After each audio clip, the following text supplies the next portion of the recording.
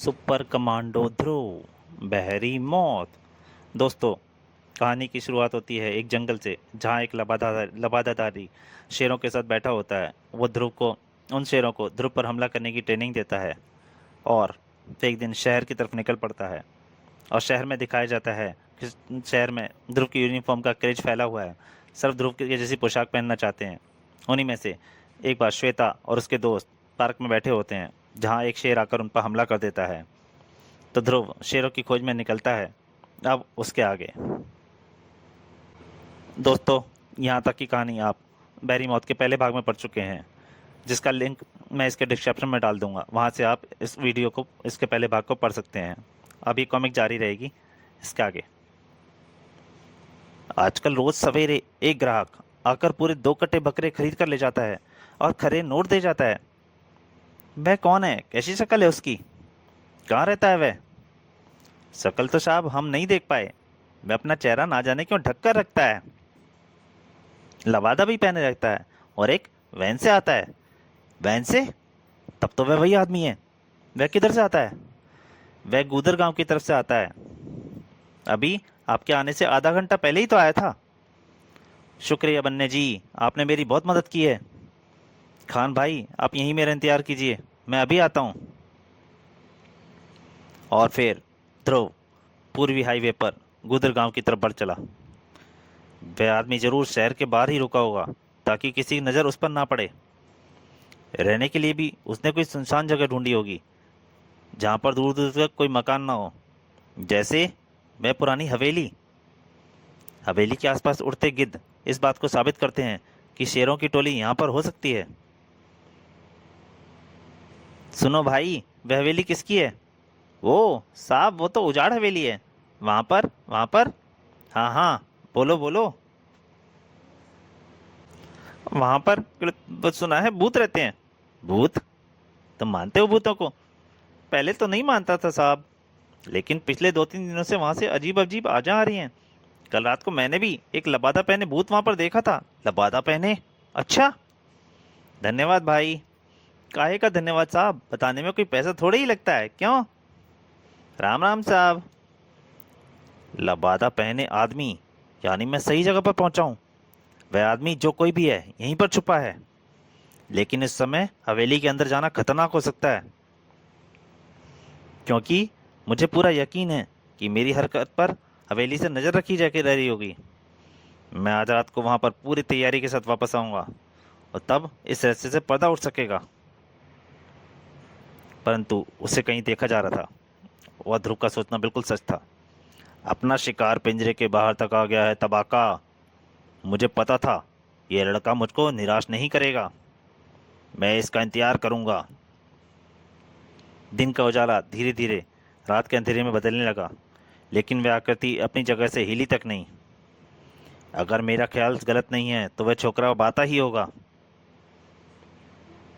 कुछ आ रहा है तबाका।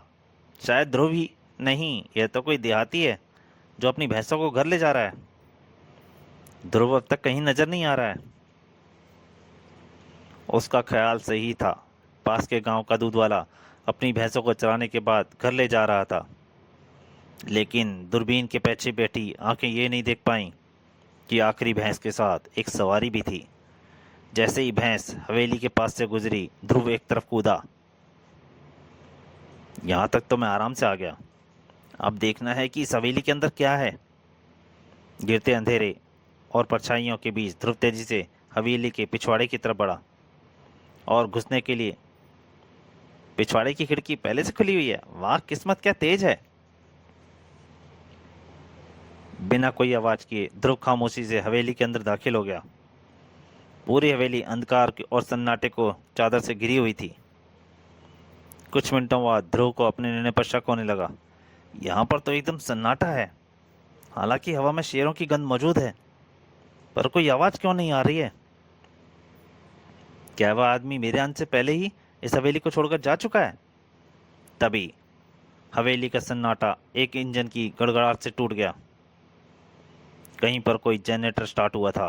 घर घर घर घर। अगले ही पल ध्रुव ने अपने आप को तेज रोशनियों से घिरा हुआ पाया। तेज रोशनी से चौधियाई उसकी आंखें अब देखने को अभ्यस्त हुईं, तो उसने अपने आप को एक हॉल के बीचों बीच खड़ा पाया। लेकिन चारों तरफ का वातावरण कुछ जाना पहचाना सा था।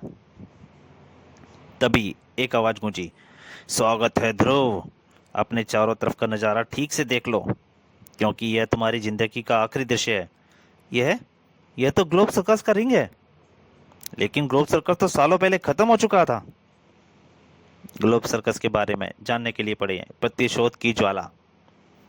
उसका लिंक भी मैं इसी कॉमिक के डिस्क्रिप्शन में डाल दूंगा। प्रतिशोध की ज्वाला, जो कि ध्रुव की सबसे पहली कॉमिक है।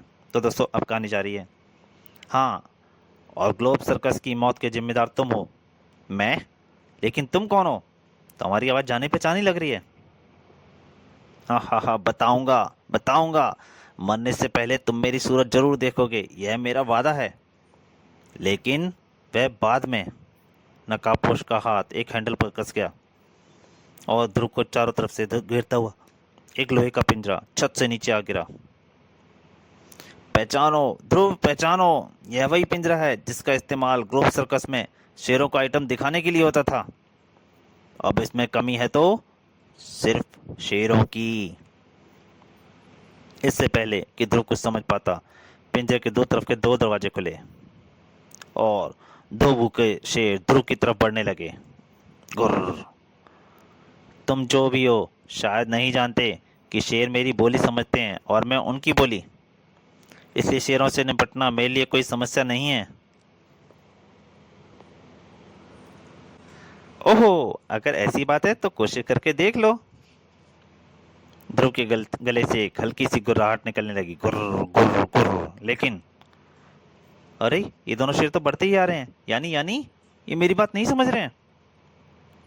और तभी ऊपर खड़ा हुआ लबादतारी बोला, ओह, ये बात तो मैं तुमको बताना ही भूल गया कि ये दोनों शेर बहरे हैं।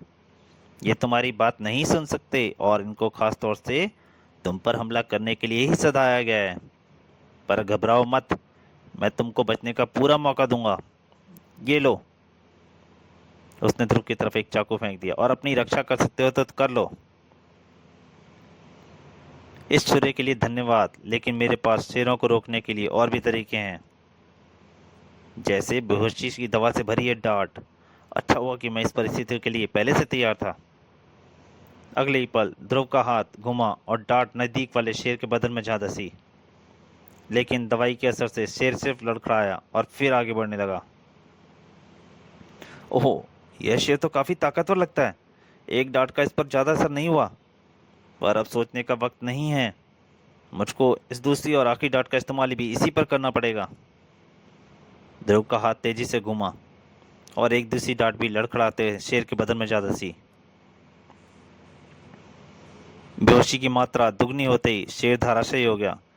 लेकिन ध्रुव को संभलने के लिए जरा सा भी वक्त नहीं मिला, क्योंकि दूसरा शेर ध्रुव पर छलांग लगाने ही वाला था। अब मुझको सिर्फ ये छुरा ही बचा सकता है, लेकिन क्या मैं इस तक पहुंच सकता हूँ? ध्रुव ने एक कदम आगे बढ़ाया और अगले ही पल उसे पीछे हट जाना पड़ा। ओहो, अब मैं छुरा नहीं उठा सकता। अब तो मेरे पास सिर्फ एक ही उपाय है, जिसमें जरा सी भी चूक का अर्थ है एक निश्चित मौत। और ध्रुव ने उस शेर के ऊपर छलांग लगा दी। इससे पहले कि शेर कुछ समझ पाता, ध्रुव उसकी पीठ के ऊपर था और उसकी उंगलियां शेर की गर्दन पर फौलाद की तरह कसी हुई थीं। शेर का दम घुटने लगा। वह पागलों की तरह ध्रुव को कुराने की कोशिश करने लगा, लेकिन ध्रुव के फौलादी हाथ शेर की गर्दन पर कसते ही चले गए। आखिरकार शेर का विशाल शरीर धड़ाम से जमीन पर जा गिरा। अब ध्रुव के पास वक्त बहुत कम था। अब सबसे पहला काम इस पिंजरे से बाहर निकलना है, और यह काम ये छुरा करेगा। ध्रुव का हाथ घूमा और छुरा हवा में उठा। निशाना सच्चा था। कड़ाक।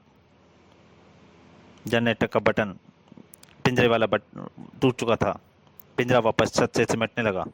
साथ ही साथ ध्रुव का बदन भी ऊपर उछला, और नकाबपोश के कुछ समझ पाने से पहले ही ध्रुव और नकाबपोश आमने सामने थे। अब मुझे यह देखना है तुम कौन हो। ध्रुव ने एक ही झटके से नकाब को खींच लिया और एक भयानक चेहरा रोशनी में चमक उठा। ध्रुव एक पल ही में ही उस चेहरे को पहचान गया। जुबिस्को, तुम?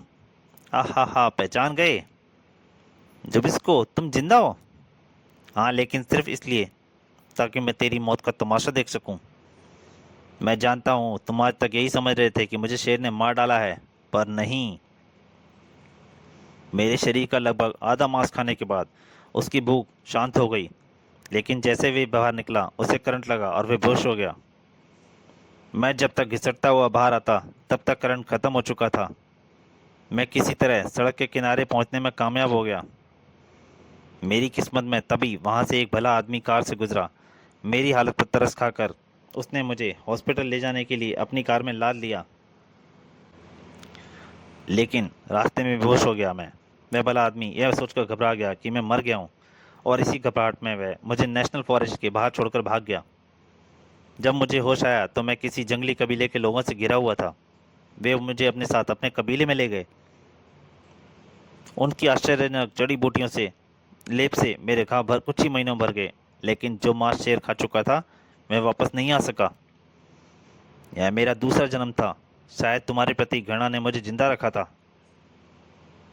ठीक होने के बाद मैं कबीला छोड़ जंगल में और अंदर चला गया, और वहां पर मैंने कबीले वालों की मदद से 3 शेर और पकड़े।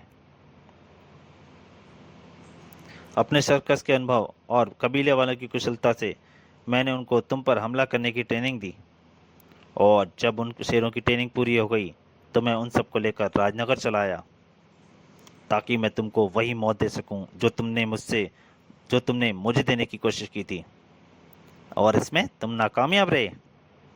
मुझे तुम्हारे साथ पूरी पूरी हमदर्दी है जुबिस्को, लेकिन अब तुमको मेरे साथ पुलिस स्टेशन चलना पड़ेगा। क्यों? क्योंकि पुलिस को अब तक उस व्यक्ति की तलाश है जिसने जुपिटर सर्कस में आग लगाई थी। हम्म, तो तुम ये समझ रहे हो कि अब तुम्हारी बात मानने को मजबूर हूं। लेकिन बेटे, अभी मैंने अपना ट्रम्प का इक्का तो चला ही नहीं। तबाका! दरवाजा टूटने की आवाज़ सुनकर ध्रुव तेजी से पलटा और उसकी आंखें फैल गईं। उसके सामने एक विशालकाय गोरिल्ला खड़ा था। घबराओ मत ध्रुव बेटे, यह गोरिल्ला बहरा नहीं है। तुम चाहो तो इससे बात कर सकते हो। यह मेरा मजाक उड़ा रहा है, क्योंकि यह जानता है कि मैं गोरिल्लों की भाषा नहीं जानता। पहला वार मुझे ही करना पड़ेगा, क्योंकि यह तो मुझको एक ही वार में ढेर कर सकता है। ध्रुव के वार का तबाका पर हल्का सा असर हुआ, लेकिन तबाका के वार ने ध्रुव की सारी शंकाओं को सच साबित कर दिया।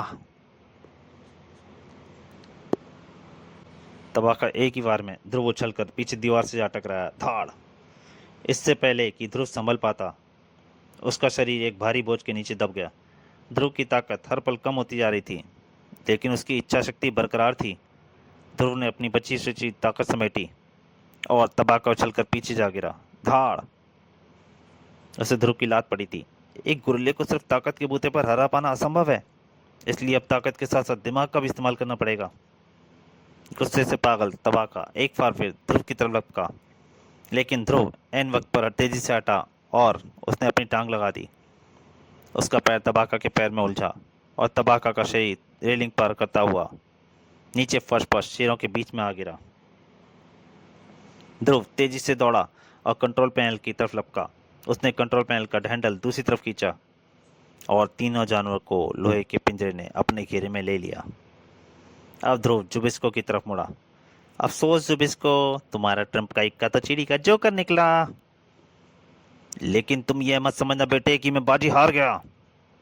उसने झट से अपनी रिवॉल्वर निकाल ली, क्योंकि मेरे पास अभी एक हथियार और है।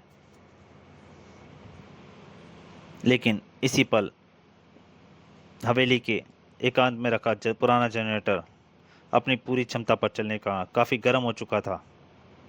ऊपर, अपने भगवान को याद कर ले बेटे, अब तेरा आखिरी वक्त आ ही। अरे ये धुआं! लगता है कि जनरेटर। ध्रुव ने धुएं का पूरा फायदा उठाया और उसकी लात जुबिस्को के पिस्तौल वाले हाथ पर पड़ी और जुबिस्को के हाथ से पिस्तौल छूट गई। अब तक आपकी लपटें भड़क उठी थीं। ये क्या?